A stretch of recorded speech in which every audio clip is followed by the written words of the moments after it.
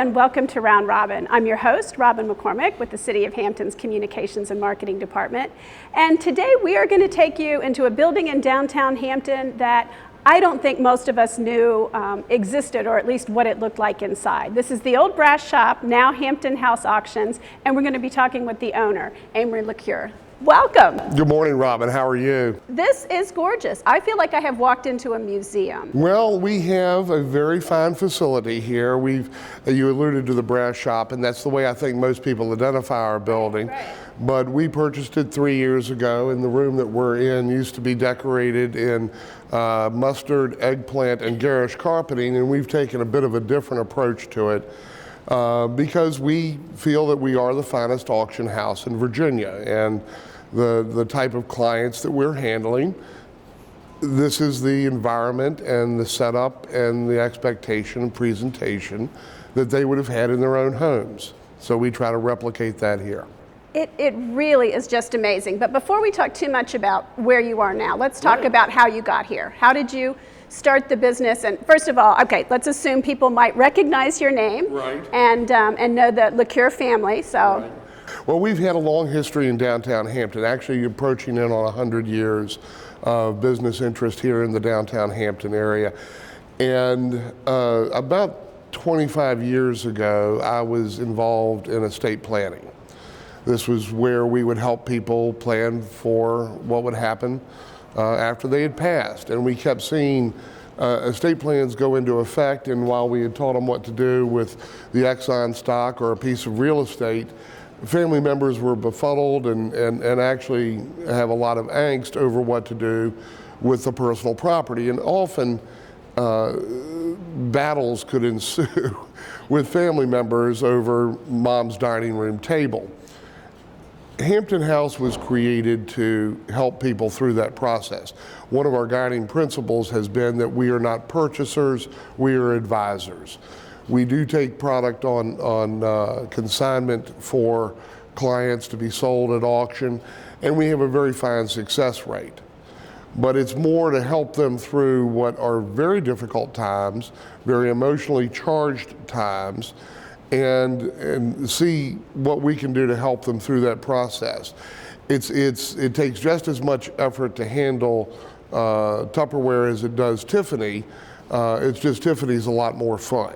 that is so fascinating. Well, let's talk about the collection you have now, because I know that the TV guys are going to show some pictures of what you have back there, well, and it's just astounding. This was an astounding collection. It was a local collector. Regrettably, by the time I think this is on television, it'll have been sold. Gone, but it's an example of what it is, and it is a real good example of the kind of quality goods that we frequently have. It is a collection of Southern art pottery, folk art, and primitive work. The estate that we're involved with here, they were avid collectors of Southern pottery face jugs. These have a history back into particularly in the South, back into the mid-1800s, but it really took force in Southern pottery in the early part of the 1900s, 1920s forward, where potters who were creating utilitarian pieces were beginning to adapt them in a more decorative style and manner to incorporate facial expression. We've seen this from Europe in a variety of elements coming out of Germany. People would particularly know the English Toby jug, where you would see, and these are recreated in Williamsburg and things by companies like Royal Dalton. Those date back into the 1700s. And so there are elements of history that move forward.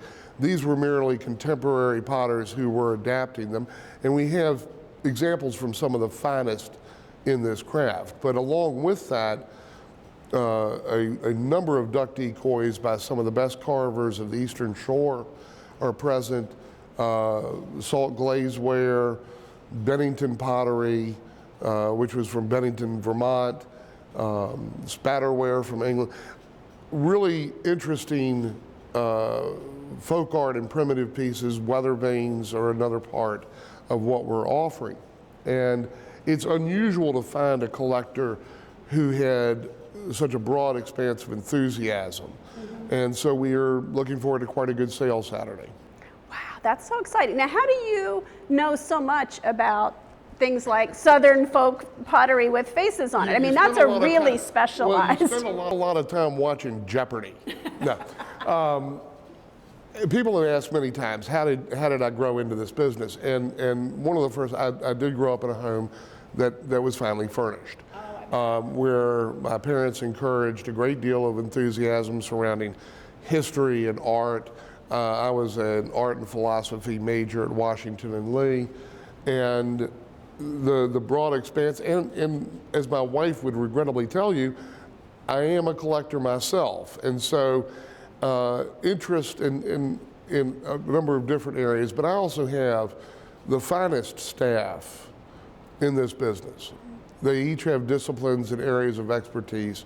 There is no one who can know it all. And I would tell people, if somebody says they do, run from that person. But we have other members of staff whose background are textiles or jewelry, coin and currency, antique toy and train, firearms. And if we run into something that we aren't certain about, I also have about 25 associated appraisers who I can go out to and get opinion on. And we do this with routine. I think that's so interesting to people these days because things have been handed down, or there's that whole may or may not have value mystery, but there's also the emotion attached with, this was in my grandparents' house and it's my memory of them. And one of the great misnomers, I think, in the world of antiques and collectibles is age. People will say to me, well, it's 100 years old. Well, that doesn't necessarily mean value. The greatest driver to value across the board, I don't care if it's a coin, a piece of furniture, a firearm, a piece of pottery, it's condition. And when we look at, unless it actually occupies complete rarity, and the only thing that we regularly see in that regard is artwork. Artwork will drive the auction world. Last year, a painting sold for $140 million. I don't have a duck decoy Saturday that's going to sell for that. I don't have a piece of pottery that will ever sell for that. That's that rarefied atmosphere that surrounds, the impressionist paintings, contemporary art in particular. Now, we have been involved in sales, and I guess over the last, say, 3 years, we've probably been involved in sales of artwork that exceeded over $2 million. So we do also more with artwork than anybody in Southern Virginia.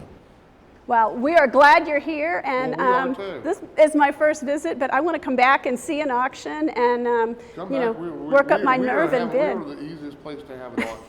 Well, thank you so much, Amory. I do appreciate you having us over. Robin, thank you for coming out this morning. Thank you. And thank you for watching. I hope you have learned about this amazing place in downtown Hampton and will come visit for an auction or just walk through for a preview day and get a taste of the amazing art and furniture and wonderful things for your home. Thank you.